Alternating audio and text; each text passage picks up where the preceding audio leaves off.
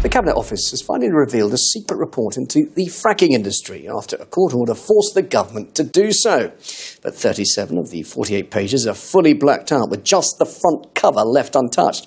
The paper highlights low public acceptance of shale as one of the barriers to the industry's development, and the uncensored paragraphs reveal the Department for Energy and Climate Change developed a pro-shale narrative to help change the public's attitude to fracking.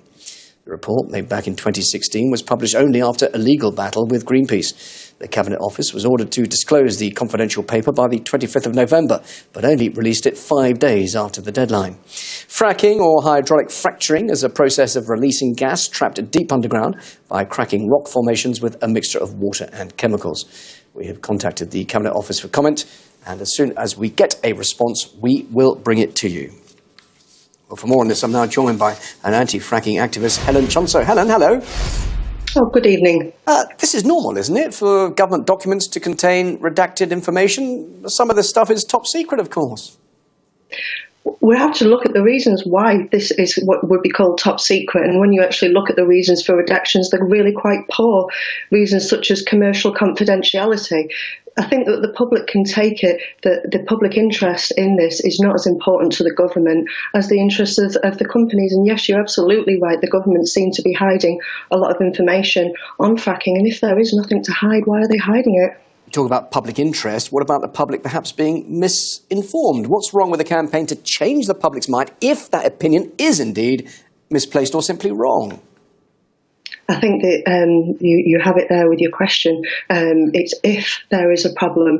Were the public wrong when they said that fracking would cause earthquakes? No, they were not. The 200 earthquakes that we've had at Quadrilla's Preston New Road site has confirmed that. Were the public wrong when they were concerned that that would cause damage to their houses? No, they were not. What we've actually seen is a number of houses fail to actually be agreed to have settlements paid. But there is evidence that these earthquakes, we're talking about tremors here, we're not talking about earthquakes.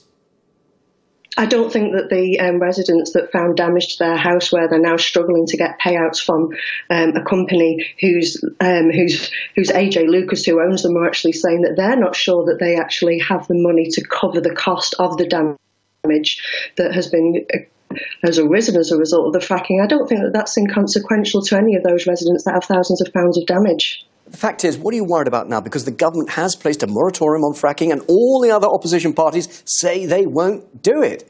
It's not going to happen, is it?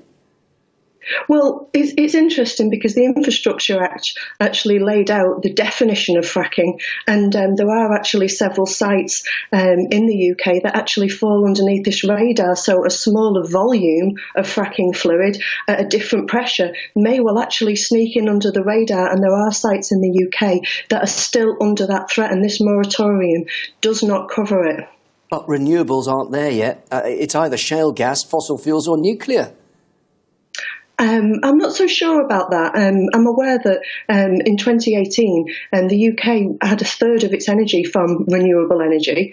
And in fact, the Clean Growth Strategy, which was in 2017, a government-produced report, didn't mention shale gas anywhere, nor did the government, when they looked at, again in October in 2017, they didn't include shale gas in their supply forecast all the way up until 2035. In fact, they said, we maintain a healthy capacity margin out to 2035, and that they said that energy security is not an issue. So when government reports are actually saying that they don't feel they need shale gas, I think it's time for them to invest, as the Labour Party's initiatives have been laid out, that they actually wish to invest £250 billion in renewable energy. That's the way we need to be heading. Helen, thank you very much indeed. Helen Chuntso. And that's it for the moment. More